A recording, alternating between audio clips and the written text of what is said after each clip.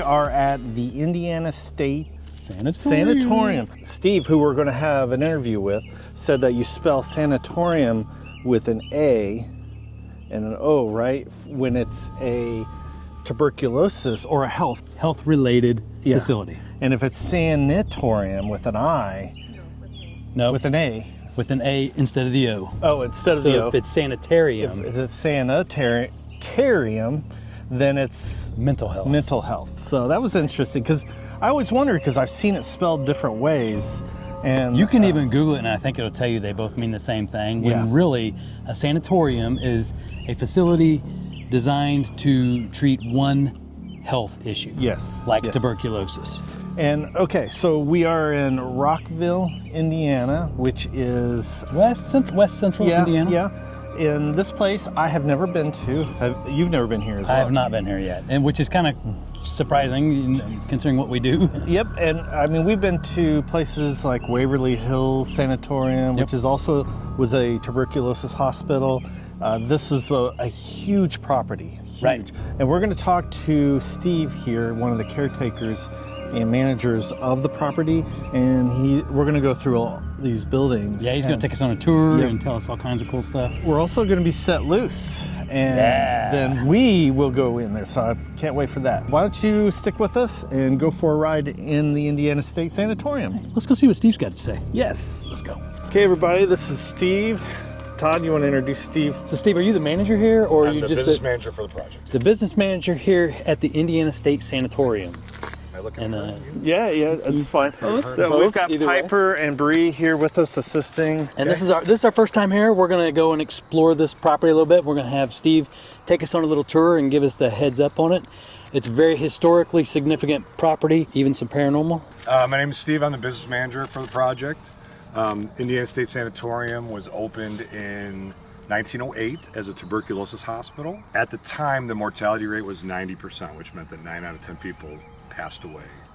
And so they built facilities like this to learn more about the disease, to help them be comfortable. And tuberculosis was very contagious. So they had to build little cities outside of cities. Okay. So this facility has its own power plant, it has its own water reclamation center. They grew their own food here.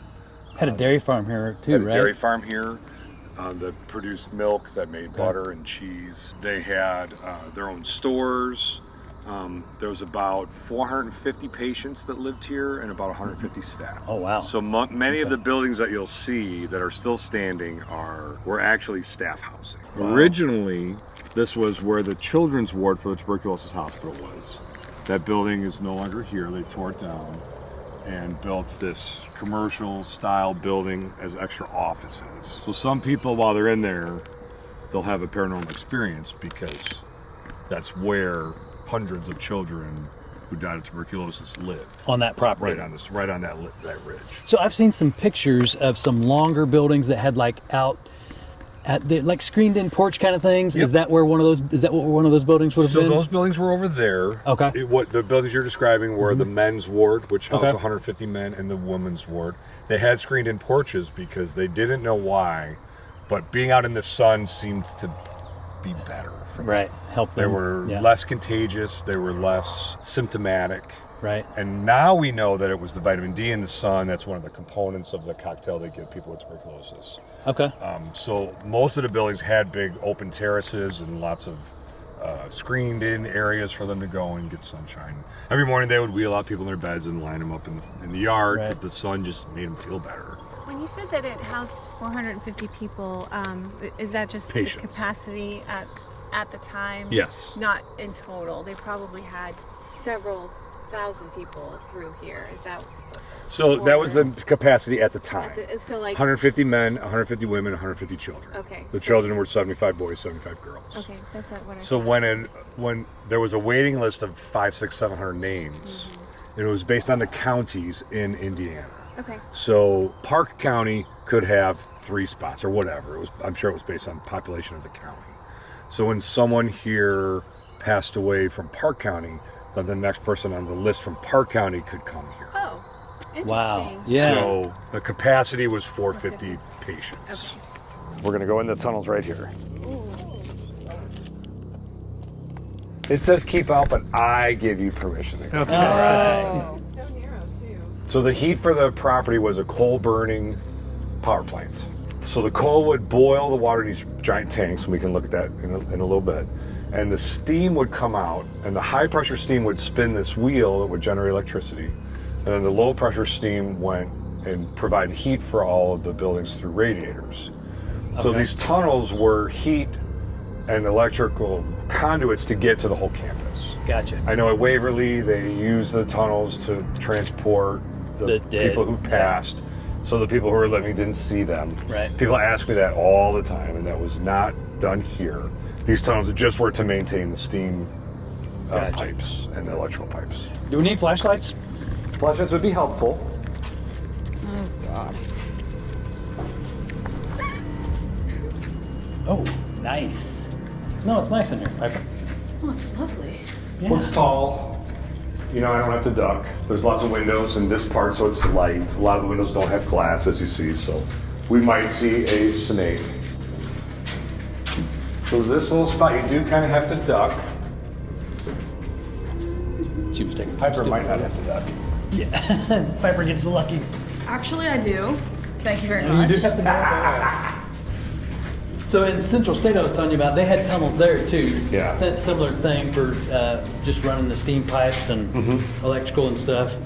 But there were stories about them chaining patients up, bad patients up, down in the tunnels and leaving them down there. I don't know that ever happened, but I have not heard any stories like that at this location.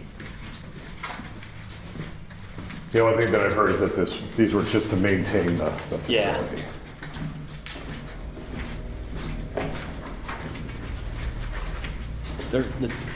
except for the windows, the tunnel itself seems to be in really good shape. Yeah. Do the tunnels date all the way back to 1908, you They think? do, they do. Yeah. Proceed to the roof. They, when they tore this building down, they left the tunnel here because it had the pipes, because they still were using the coal to provide heat and electricity for the property all the way up until 2011 when the property closed. Oh, wow. So that's why there's this tunnel in the middle of nowhere with nothing above it. Yeah.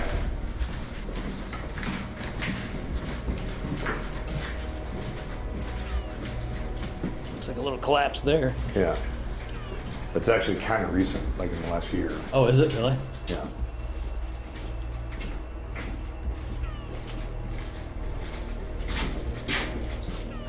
Wow. So now we got a decision to make. Will let Ben decide. Do you want to go into the administration building? We can go across to the power plant. The tunnel does continue on. There's no windows beyond here. We'll go in the admin building. Okay. That's this way, right? Yep. So this room appears to have been the morgue. So when somebody passed away, their remains were brought down here. Back in the corner there is a 1920s X-ray machine. Okay. So I know this is where they did like it was a tuberculosis hospital. But if somebody fell and broke their arm, they would come here for the medical. Okay, For, gotcha. for that kind of medical thing. Right, yes. That's what appears what this room was for. So this room right here was where they would have stored the deceased For temporary. yeah. until they...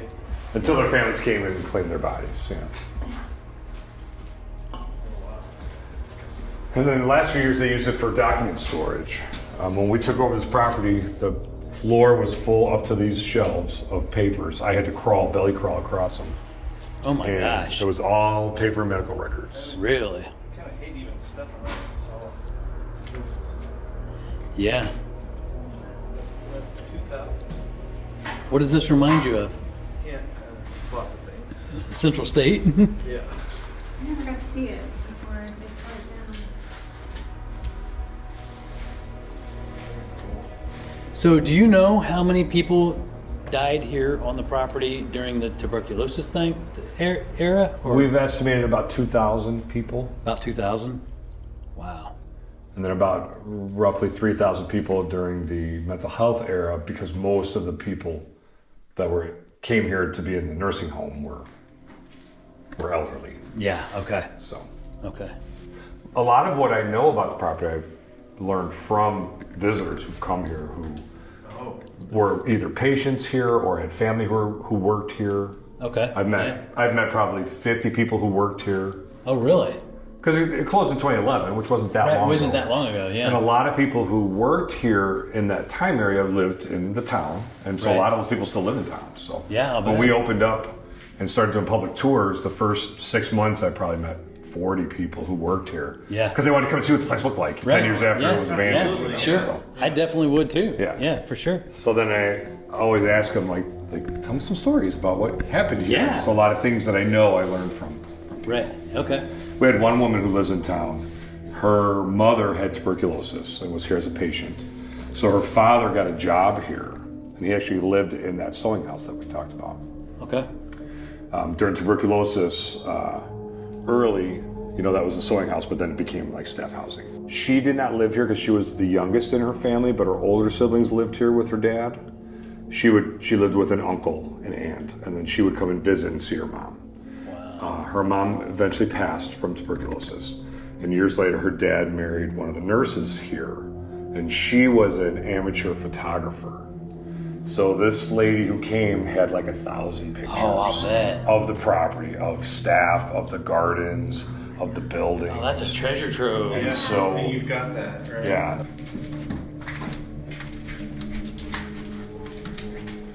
Oh, check out the floor. So down here was like the pharmacy. It was the staff lounge. Oh, okay. If you go back here, there's like a little kitchen area, and that's like where they would have their lunch and stuff. Oh, okay. So. And this floor, I mean, it's just classic, Isn't right? it cool? So this room we haven't cleaned out. This was the business office. So this is pretty much what the entire property looked like when we took over. So you see the computers around the desk, Yeah. the phone, the old Rolodexes. It's a little more trampled from people coming in here, so the plaster on the ground was a little more like it is back there. So the first time I came in this building, we came in this door. Well, I put this door in. We came in this hole. And the debris in here was about chest high. Oh my God. So we worked for about a month before it looked like this. The first thing I said is that I thought this looked like a hotel. With that sweeping staircase Absolutely. and those windows there, like that's where, I envisioned a counter and the concierge would be there. Yes. And Greg was like, "You're crazy. This looks like an old hospital." But once we cleared it out, and then he was like, "I see it." So this part of the building was an addition and has a rubber roof which is failing. So down there, and someone moved my sawhorse. This is where when we were walking in tunnels, you could look up. Oh yeah. So that's where the floor collapsed. Okay. This was the chapel. And again, because the ceiling, because the roof is compromised, every time it rains, this gets full of water, so it's degrading quickly. Look at Oh wow. It's the Sermon on the Mount. And against the wall over there's the Last Supper.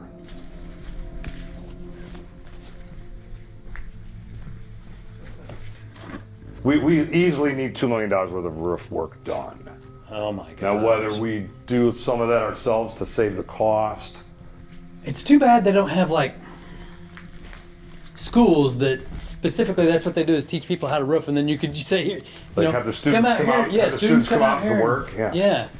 So all these holes in the walls are from. It looks like it's angry patients, but it isn't.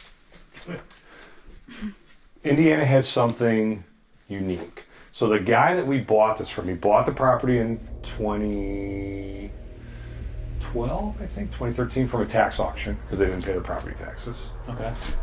And the state wanted to come in here and make it environmentally safe.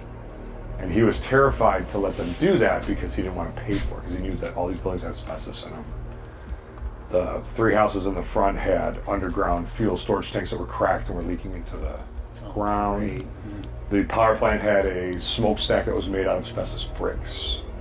And then behind the smokestack, so you burn coal, and the result is coal ash, and it has heavy metals in it, which are environmentally unsafe. But in 1908, they didn't know that, and so they just scooped the ash out and they threw it over the side of the hill. So hot pink walls tells you that we're now into the 1970s nursing home. Okay. And when they built it, they attached it to the building here, Yeah. and they attached it to the 5-story building, so you can go through all 3 buildings without going outside. Oh, that's nice. So as we've been getting more popular, we've had a little trouble with trespassers. Yes, of And course. we had some trespassers that came in one night, and they broke this mirror. This mirror was intact. So we had guests that night. So they called us and said, hey, there's some kids in here running around. So we called the police, caught the kids, sat them down. The guests had a picture of this mirror, timestamps like 1:06 a.m. And then they had a picture of the broken mirror, timestamped like 1:45 a.m. Oh, wow. And the cop was like, how do you have these pictures?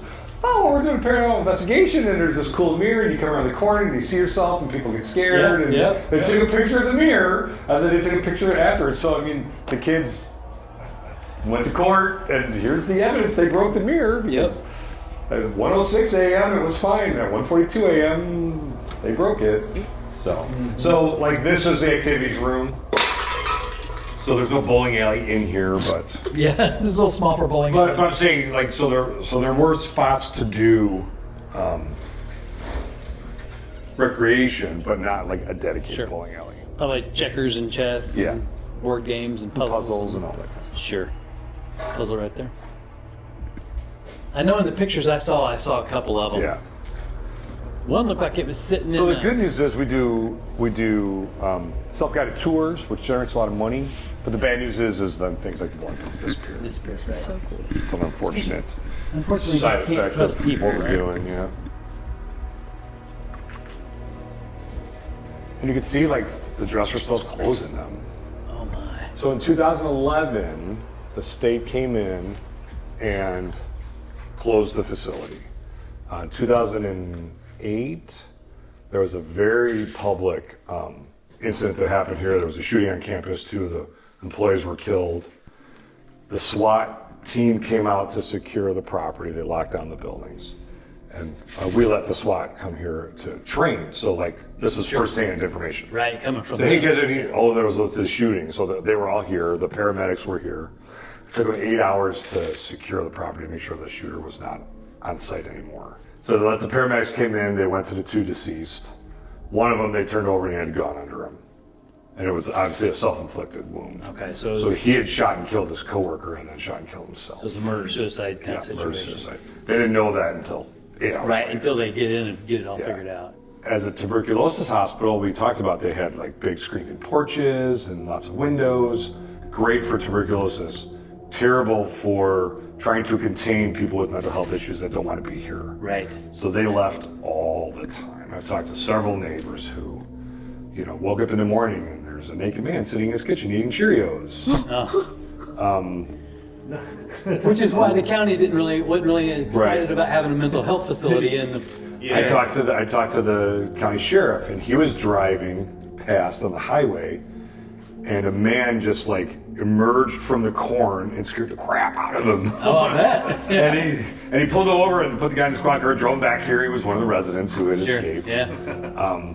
They would go and like live in the woods for weeks. In the winter, they would die of exposure. Several suicides, people getting on the top of the 5-story building and jumping off. One guy landed on the awning and didn't die right away.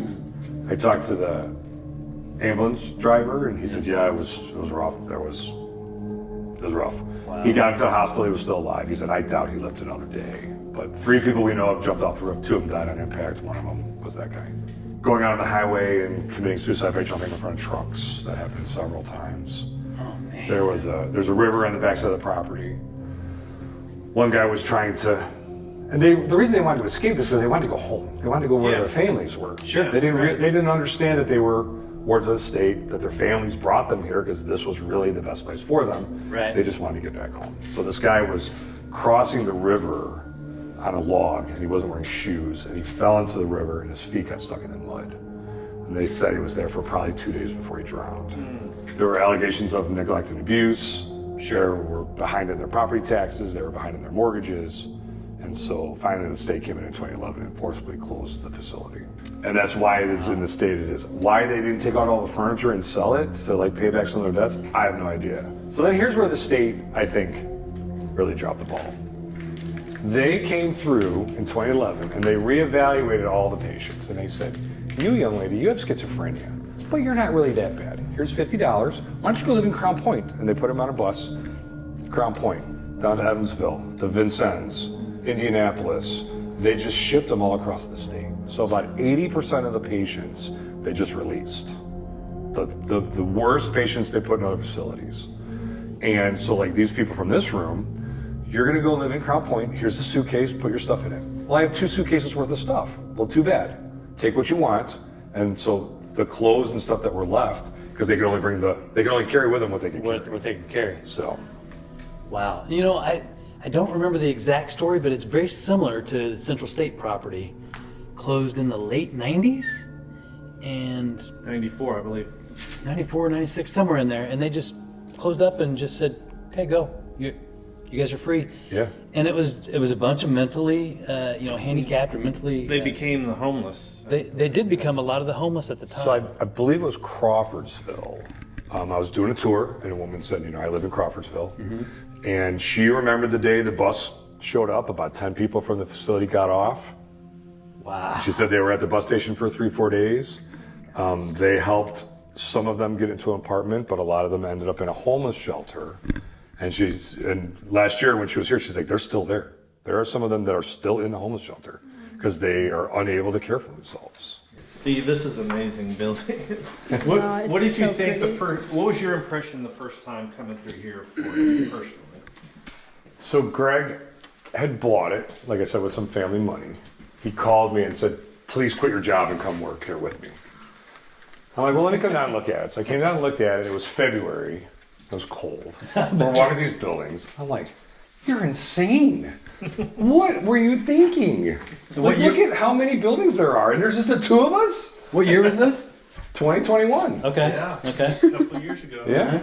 He and I both have a similar vision where we can look past the crap on the ground and the peeling walls, and we can see what it takes to restore it. Okay. And, I saw the vision and took the leap. Yeah. Yeah. So I stopped here because Greg was doing a tour one time I wasn't here. And they heard this, ew, ew, ew. They're like, what the hell is that noise? And he was videoing it. And so I got video of the noise that he showed me. Mm-hmm.